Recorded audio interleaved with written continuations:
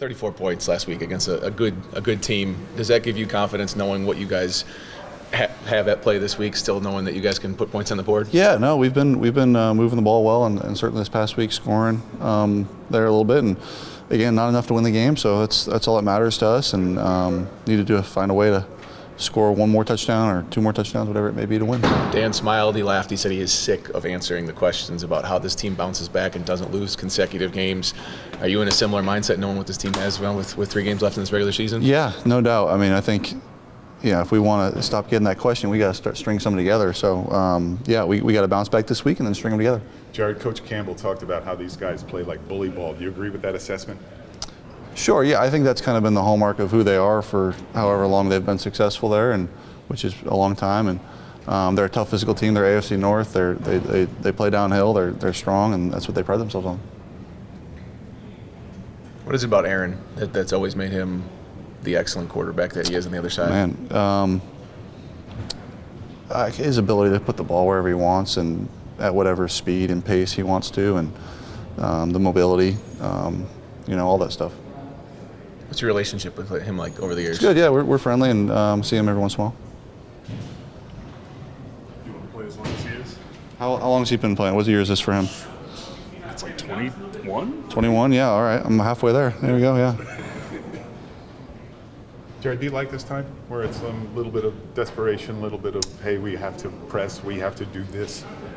Yeah, sure. I mean, I think, you'd much rather have the division locked up and be looking towards other things. But I think it gets us an opportunity to find out who we are, and our character, our players' characters, our coaches' character is going to shine through in moments like this, adversity, and see who we are. I know who we are, so I know what I expect to happen. But it's a good opportunity. It's there in front of you. I mean, 3 games to go. Mm-hmm. We've been talking about kind of must-wins. Is the message inside that it's basically all must-win, got to finish out strong? Got to, yeah. It's the only way, really, and it's a big one. I mean, I feel like I say that every week. It's been definitely a little bit up and down. It's great wins, then we have a tough loss. So we just got to string these last 3 together to give ourselves a chance. Coach Campbell talked about how these guys play a little bit of bully ball. Can't you guys play that way as well this week?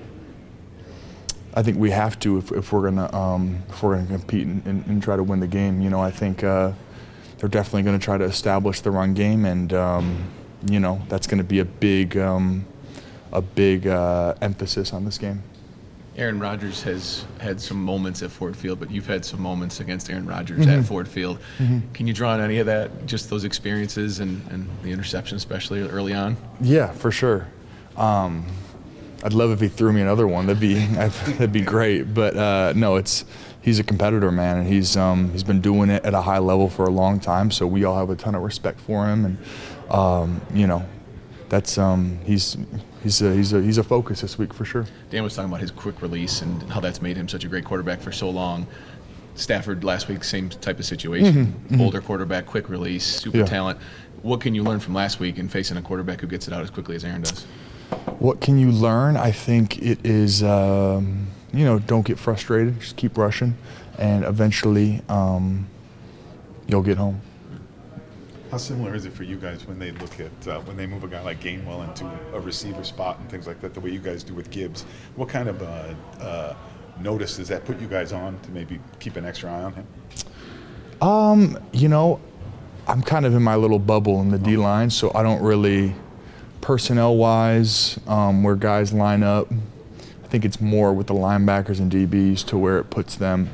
You just got to be aware of those situations. But in my position, I wouldn't say it affects me too much. As a D-line unit, what do you think needs to happen to kind of get back on track defending against the run?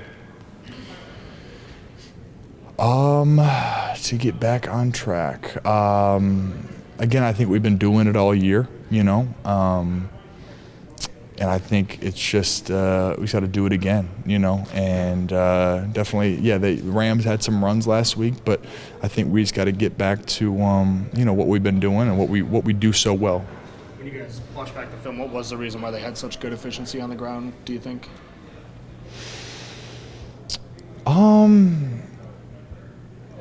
I think it's just dependent on the play, what was going on.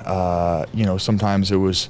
I feel like a lot of the times it was self-inflicted errors, that we can clean up, and which is encouraging too, because it's. We believe that we can fix it in our rooms and move forward. When you say self-inflicted, like what do you like on an individual level or team level or? Self-inflicted as